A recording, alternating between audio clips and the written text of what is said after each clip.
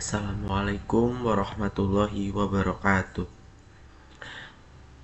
Alhamdulillah, segala puji bagi Allah yang telah melimpahkan rahmat, taufik dan hidayahnya sehingga kita dapat berkumpul dalam kultum pagi ini dalam keadaan sehat walafiat.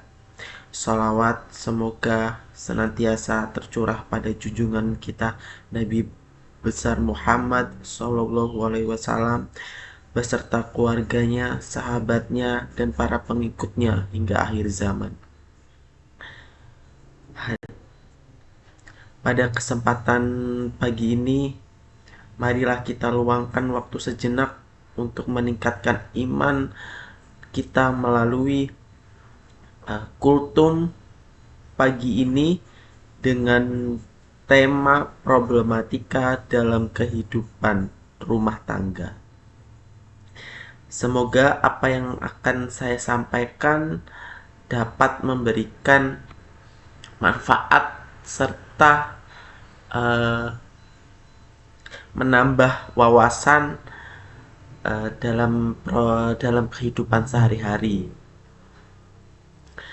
Dampak problematika dalam Islam. Biasanya dalam dampak problematika dalam Islam dalam berkeluarga yaitu perpecahan keluarga. Konflik yang tidak diselesaikan dengan dapat menyebabkan pecahan keluarga, bahkan berakhir dengan perceraian. Perceraian dalam Islam dianggap sebagai tindakan halal yang paling dibenci Allah Subhanahu wa taala. Hadis riwayat Abu Dawud. 2. Pengabdian hak dan kewajiban. Ketika pasangan tidak memahami dan mengabaikan hak dan kewajiban masing-masing seperti nafkah dan kewajiban dalam mendidik anak, hal dapat merusak keharmonisan rumah tangga. Yang ketiga adalah pengaruh negatif pada anak. Anak yang tumbuh dalam keluarga yang penuh konflik biasanya mengalami dampak psikologis seperti stres, rendah diri, dan masalah perilaku. Bagaimana sih cara kita dapat mengatasi problematika pernikahan dalam kehidupan sehari-hari? Yang satu tuh menyelesaikan konflik dengan hikmah dan musyawarah. Islam mengajarkan bahwa setiap konflik hendaknya diselesaikan dengan musyawarah. Dalam surat An-Nisa ayat 35, Allah Subhanahu wa taala berfirman, "Dan jika kamu khawatir ada persengketaan antara keduanya, maka kirimlah seseorang hakam atau pendamai dari keluarga laki-laki dan seorang hakam dari keluarga perempuan. Jika kedua orang hakam itu bermaksud mengadakan perbaikan, niscaya Allah memberikan taufik kepada suami istri tersebut." Yang kedua, menjaga komunikasi baik dan jujur. Komunikasi yang baik merupakan kunci membangun hubungan rumah tangga yang sehat. Dalam hadisnya Rasulullah SAW bersabda, "Sebaik-baik kalian adalah yang paling baik terhadap keluarganya, dan aku adalah paling baik di antara kalian terhadap keluargaku." Hadis riwayat Tirmizi. Yang ketiga adalah menyadari hak dan kewajiban dalam berumah tangga. Islam telah mengatur hak dan kewajiban suami istri agar terciptanya keseimbangan. Suami wajib memberikan nafkah dan istri wajib menjaga rumah tangganya dengan baik, memahami dan menjalankan hak serta kewajiban masing-masing untuk dapat mencegah konflik yang mungkin timbul. Yang keempat, meminta nasihat dan orang berilmu atau konselor Islami. Dalam kasus masalah di konflik semakin memburuk, meminta nasihat dari orang yang berilmu atau konselor yang paham tentang Islam sangat dianjurkan. Rasulullah Shallallahu Alaihi Wasallam mengajarkan pentingnya mendengar nasihat untuk memperbaiki keadaan. Misalnya contoh kasus di lingkungan terdekat. Di lingkungan sekitar ada kasus teman mengalami masalah suaminya sering bekerja larut malam atau biasanya overtime atau lembur ya. Dan sering mengabaikan waktu untuk keluarga.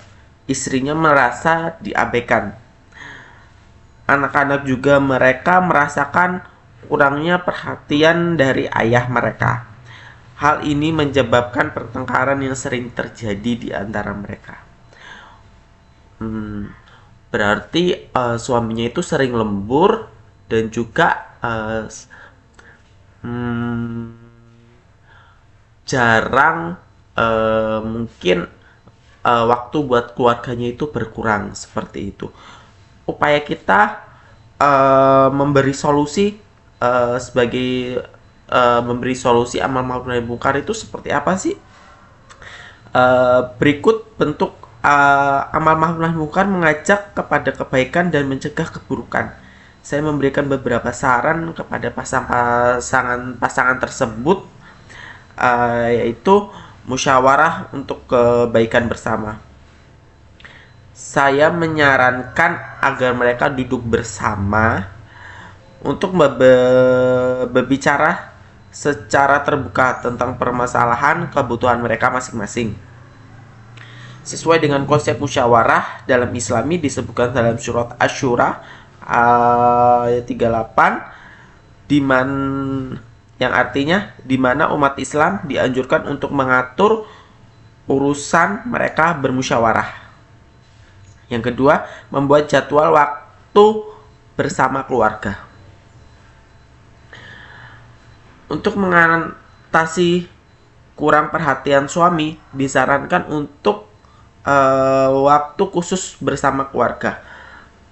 Misalnya mungkin di hari weekend kayak gitu. Jadi keluarga itu bisa misalnya rekreasi bersama, waktu mereka buat suami istri itu me time. Zaman sekarang tuh me time gitu ya. Jadi buat keluarga ada, buat pasangan juga ada. Mungkin seperti itu. Mencari keseimbangan antara tanggung jawab dan keluarga. Saya juga mengingatkan kepada suami itu pentingnya menyeimbangkan tanggung jawab pekerjaan dari keluarga, karena keluarga adalah amanah yang harus dijaga. Dalam Al-Quran, Allah Subhanahu wa Ta'ala berfirman, "Wahai orang-orang yang beriman, peliharalah dirimu dan keluargamu dari api neraka."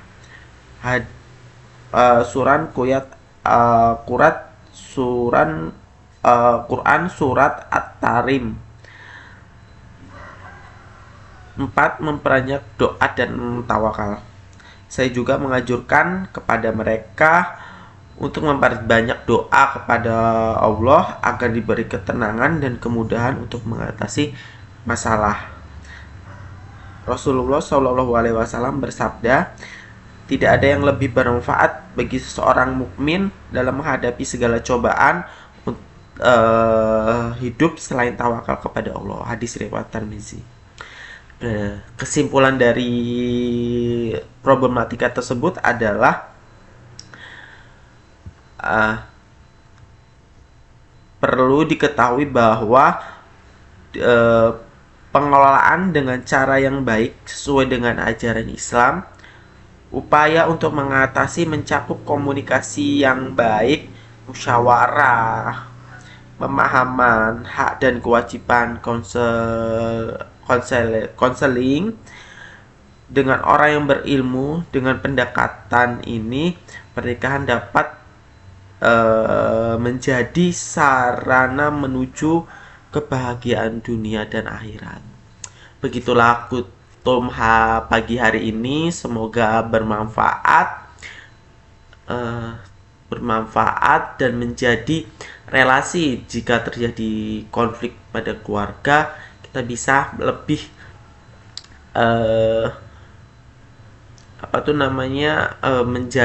lebih menyelesaikan dengan baik lagi, seperti itu. Saya akhiri. Wassalamualaikum warahmatullahi wabarakatuh.